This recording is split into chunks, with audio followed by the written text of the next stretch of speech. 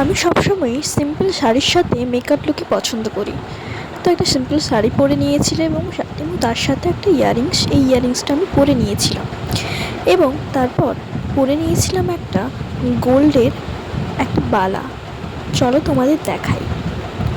তো এই বালাটা আমি পরে নিয়েছিলাম, এটা গোল্ড, এটা আমার বাবার বাড়ি থেকে দিয়েছিল এবং এই বালাটা আমার ভীষণই প্রিয়, যেখানেই যাই এই বালাটা আমি পরে যাই।